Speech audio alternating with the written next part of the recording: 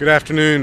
Just after noon today, 18-year veteran homicide detective Sean Suiter was pronounced dead. 43 years old, married, father of 5. His wife Nicole is here with him. His children Sean, Zaria, Marquise, Chris, and Demira are also here, surrounding Sean, loving Sean, as the Baltimore Police Department has been here constantly since this very tragic event. To recap the events of yesterday, we know a little bit more, not much. This is still unfolding. Detective Suiter was with a partner from the homicide division. They were in the Bennett Street area investigating a 2016 murder. And while they were in the vicinity, they observed a man engaged in suspicious behaviors. The man is again vaguely described as an adult African-American male. We don't have much more than that right now. Detective Suiter got out of his car. He was dressed from head to toe like every other homicide detective in Baltimore is dressed. Full suit, tie, badge displayed on his waistband.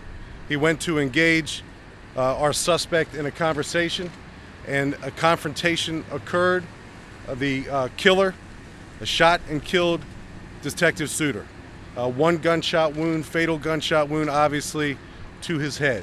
Detective Suiter was transported to shock trauma, where Dr. Scalea, Dr. Stein, who you'll hear from today, and their very talented team did everything they could to save him. We remain dedicated and committed to finding the person who ended such a beautiful life, such a wonderful detective, husband, father, and friend. We will find the person responsible for this ridiculous, absurd, unnecessary loss of life. The shooter knows what he did, and he knows who he did it to, a Baltimore police detective. $69,000 is the reward that is being offered to anyone with information that can help us solve this case. It shouldn't take 69 cents.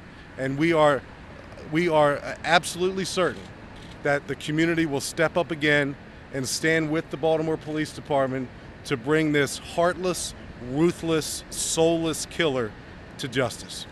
I'm going to turn it over to the Mayor Pugh right now. First, I'd ask Baltimore City to pray for the family. As the police commissioner said, the family is here with him. His wife, Nicole, we've had conversations early this morning as she has been talking about the great relationship that they have. And so I ask you to pray for her, pray for their children, and pray for our city. As I said last evening, violence in the city is out of control. And I think Jack Young said it best last night. I'm sick and tired of being sick and tired. We need to stop the violence. But I also ask the city to pray for our police officers, because I said this earlier today, that when they leave their homes, their families' hearts go out the door with them. No one can anticipate this kind of thing happening, but every life lost in this city to violence or any other issue is a life lost for Baltimore City. And our hearts and prayers go out to all of the families who have suffered violence in this city. And we are committed, along with the police department, to bring justice for every individual family who has been involved or hurt by violence. And again, I ask the city of Baltimore to please pray for this family, a strong family, a police officer who gave his life doing his duty, a former Navy officer who has served this country well and has served his city well. Everybody here at Shock Trauma knows him. We know that people in the community know him. He was well respected, and he will be very sorely missed by everyone in the police department, but by all the friends of the city, his family, and all of us in Baltimore City. And again, I just want to say thank you to all of our police officers who risk their lives every day on behalf of the citizens of Baltimore. In Baltimore, we can do better, we will, but it's all of us working together. And as the police commissioner said, there is a $69,000 reward, but it really is about how we embrace our community and bring this violence to an end. thank you so much. And now we'll hear from our doctor, Dr. Stein. Good afternoon. As we heard, Detective Suter suffered a single gunshot wound to his head. Unfortunately, that wound was a fatal wound, and he succumbed and was pronounced at noon as of this afternoon. Our hearts, our prayers, our thoughts go out to him, his family, the entire Baltimore City Police Department, and in fact, the entire city of Baltimore. Unfortunately, we are becoming all too accustomed to violence, and violence is unnecessary, and as tragic as we saw today and yesterday, is just unacceptable to all the citizens of Baltimore. And so on behalf of the shock trauma family, and we consider the Baltimore City Police Department very much part of our family, we knew Detective Suter. He will be in fact sorely missed. And please join us in giving our thoughts and our hearts and our prayers to his family. Any questions? I know their don't know, youngest, yeah. their youngest is 14. I know they have a 24-year-old son. They range in age, and again, I just asked us to pray for them. Well, I think as any family would do under these circumstances, that's why I'm asking you to pray for them. I mean, they are in shock. Many, they're in pain like any family in this city who has suffered from violence. They're all suffering, and his wife, they're all suffering. They've got a lot of relatives here, cousins, in-laws. Families have traveled as far as Florida to be here with them. And so we embrace them and we'll hold them up and just do what we can to make these moments as comfortable as we can, because nobody can understand pain unless you've suffered it yourself like this. We've been hearing about how he's been a friend of the hospital here. He obviously knows a lot of people on staff. Can you describe that relationship for us? Well, like any Baltimore detective, he interacts with the staffs of more than one hospital, and he's been here investigating many cases over the years, and he's gotten to know the doctors. He personally knew Dr. Scalia, Dr. Stein, and their staff, and it's a close-knit relationship between cops and detectives and folks who work at shock trauma and in various emergency rooms throughout the city, because we're the first line of defense, and when people get hurt in the city, and when victims need justice done for what has happened to them, we're the people who do it and provide it for them, and we do so very, very willingly.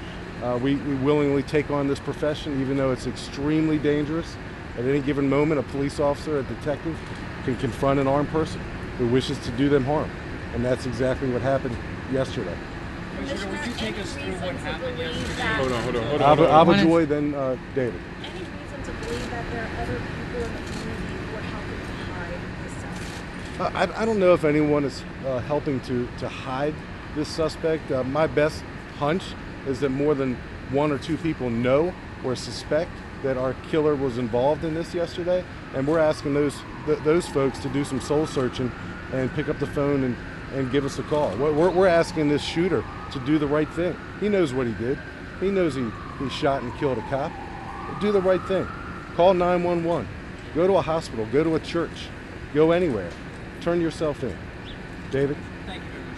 Yes, sir. Could you please go through again what happened yesterday? The detective approached someone where, and when that happened, was anything said? Did anybody take cover? don't know. Where did the suspect go from that? Yeah, so we have evidence that we're still collecting, David, from the scene. We know that this occurred in what's now a vacant space in between two row homes. A row home used to exist where this murder occurred. Now that row home does not exist, so it's an open space with some debris, a couple tree stumps, a couple chain link fences. So that's where the confrontation took place. I don't know if any words were exchanged. We're still looking to find that out. We know our shooter fled after he killed Detective Suter. We're looking to establish a direction of travel. We're looking to identify witnesses, additional witnesses. We have investigative leads right now, and we're following those leads very, very diligently. But our killer went somewhere after he shot and killed Detective Suter. And he probably interacted with someone after he shot and killed Detective Suter. So those folks are the ones we need to hear from, David. He may be wounded. There's evidence that's available to us right now that suggests that the suspect may have been wounded, and we're very interested and knowing if anyone, family, friends, we're obviously searching emergency rooms and doctor's offices, anyone who has an unexplained injury. We want those folks to pick up the phone as well and describe that to us.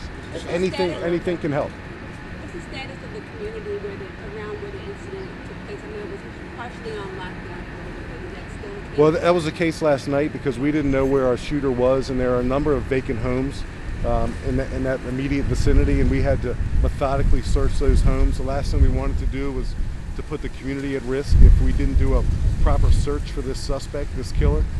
So that has broken down, but it's still a very active crime scene in that we're looking for evidence, forensic evidence.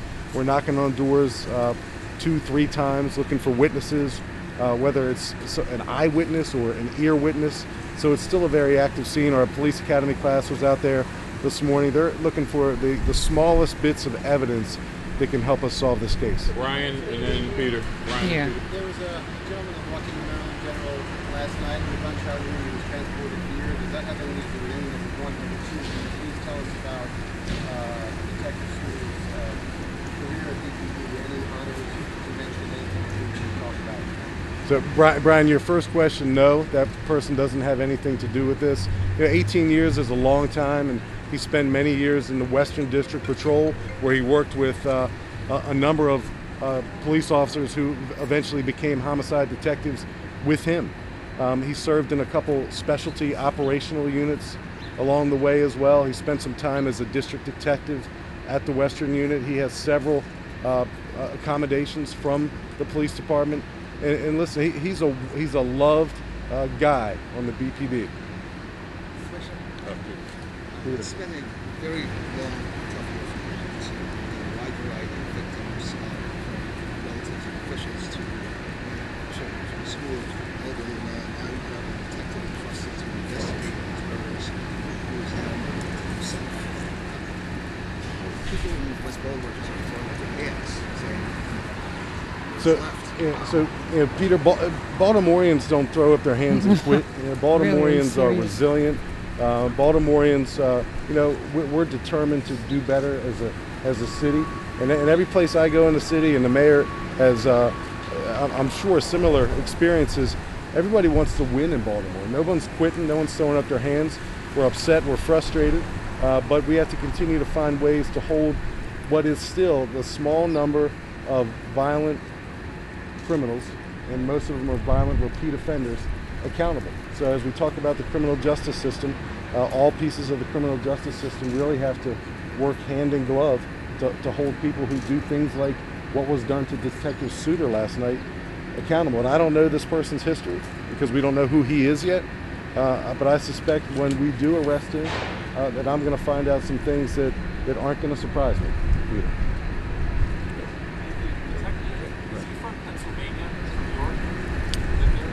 No, he's living there. No, he presently resides in Pennsylvania with his family, but that's not where he's from. Born and raised actually in Washington, D.C., made his way here to Baltimore. Where he met his wife. Met his wife, and she, wonderful woman, loving mother. Met his wife, and they're raising their children. They live in your county? I don't know their address, I just know that they live in Pennsylvania. Let me ask one more question. Do we know if the family made the decision to take Detective Suter off life support? So that's there's some privacy issues associated with that as a police commissioner, I'm not prepared or comfortable obviously addressing that. And then Kevin. How do you process and how do you help your troops, your officers process this? What is it like to put that black tie on, that black band over your back? Well, I asked police officers, and the commanders behind me asked police officers, what do you think Detective Suter would want you to do about this? He'd want you to find the person responsible. He'd want you to stay in the fight, stay in the crime fight. Don't quit, don't give up. There's no doubt in my mind, and I had many interactions with Detective Suter. Most of those were on elevators at headquarters, but he's a can-do guy, and he loved being a cop. After 18 years, everyone that hears the circumstances surrounding this interaction that turned out to be fatal, everyone says there's no doubt in their minds that Detective Suter would absolutely want to investigate suspicious behavior in a community that's been plagued by crime. And even after all those years, he's still the police.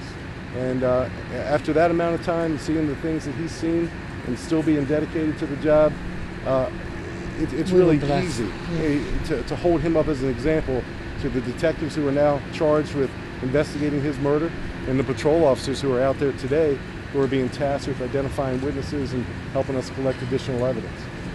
One of the partnership that I believe he might be removed because his detective was there shot that.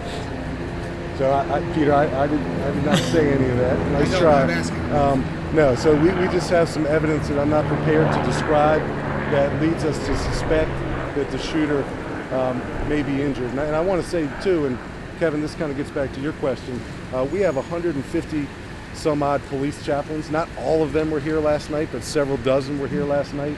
And the police chaplains are just a gift from God when it comes to helping these police officers and detectives deal with this life-changing and traumatic event. Okay, guys, Will. Okay, last question. Detective Suter was out with a partner. The partner was in the immediate vicinity. The partner is the one who went and rushed to render aid to Detective Suter. The partner is the one who got on the police radio and requested police officers and medics, etc., to come to the scene. So, yes, he did have a partner.